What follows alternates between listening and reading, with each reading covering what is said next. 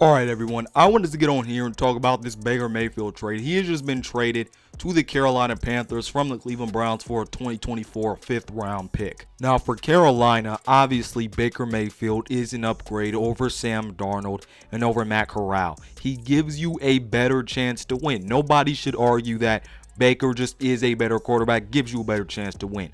My question is, how much better does he make your team? Because he will make your team a bit better. But how much better is that going to be? Are you talking playoffs? Are you talking 8 wins, 7 wins? Or are you talking another 4-win, 5-win, 6-win season? That's my question. For Baker, another main question is, yes, this dude in a new situation. And he can be a good quarterback at times.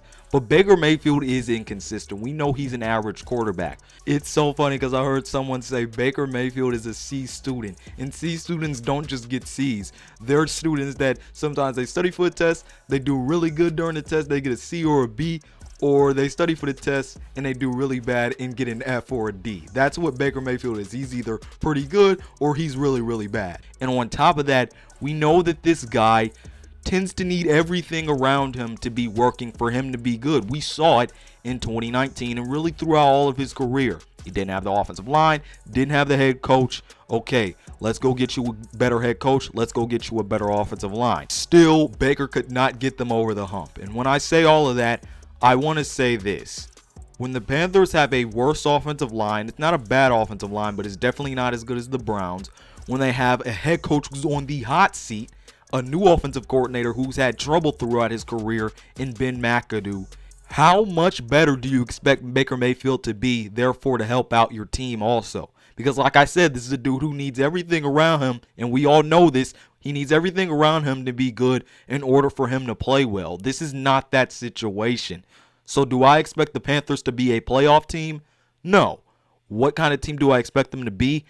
More like a mediocre team, maybe 7-8 wins. But I don't know how much more Baker Mayfield elevates this team, just because we've seen that this dude isn't much of an elevator. He needs to be elevated to be able to help his team enough to really allow them to be a winner. Anyone that thinks Baker Mayfield is just going to come into this situation and just elevate everything that the Panthers have is really just setting themselves up for disappointment, just because that's not the quarterback that Baker Mayfield is. We know he's always needed everything around him to be right, for him to be good. And look, for a situation to be as regressive as it is for Baker Mayfield right now, going from Cleveland to Carolina, I just don't expect there to be that much improvement from Carolina this year, just because we know what Baker Mayfield has to have for him to really just be a good quarterback in this league, and we know he has consistency problems. I just don't know how Matt Rule, Ben McAdoo really best suit Baker Mayfield for us to see this incredible season that a lot of people are expecting. I just don't see it happening. I see maybe a 7-8 win season. Best case scenario, I think it's 9 wins. We'll see how the offensive line goes. I think it's improved, but I don't think it's going to be this wildly just incredible offensive line. So we'll see how the offensive line really goes and everything. My main concern is coaching, because we've seen Freddie Kitchens have an effect on Baker Mayfield.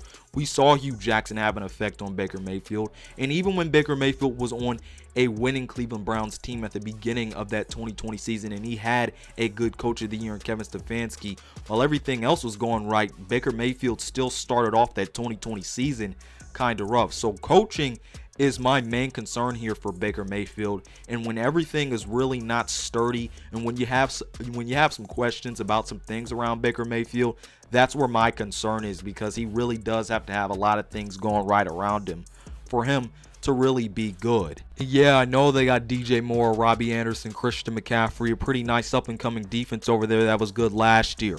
But is that enough? Because we saw in 2019 with the Browns, Baker had OBJ, he had Jarvis, he had Nick Chubb, he had David Njoku, he had Kareem Hunt, he had some playmakers on defense, but he didn't have the coach, he didn't have the offensive line, so still everything was not right.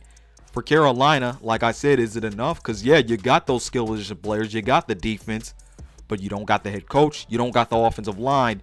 Therefore, is Baker going to play well since everything is not necessarily right around him? That is my concern with Baker, just because, and just looking at the outlook of it, he's just not an elevator. So how much better are you going to get? And also, you live in an NFC South where there's still the Buccaneers, there's still the Saints, who we know were better than them last year and upgraded their receiving core and upgraded their defense. There's still the Packers, there's still the Vikings, there's still the Lions who improved this offseason. There is still the NFC West where you have the Rams, who obviously won the Super Bowl. You have the 49ers, you have the Cardinals. Who else am I forgetting? I'm forgetting one more division. There's obviously the Cowboys, the Eagles. There are still teams out there that are competing for playoff spots. So this is not just going to be something where the Carolina Panthers just cruise through. But everyone, tell me what you think about it all down in the comment section below. Tell me what you think about this Baker trade also. Other than that, this has been Malik Hicks, aka The Ranker of the Ultimate Sports TV, signing off. Peace out, and I'll see you on the other side.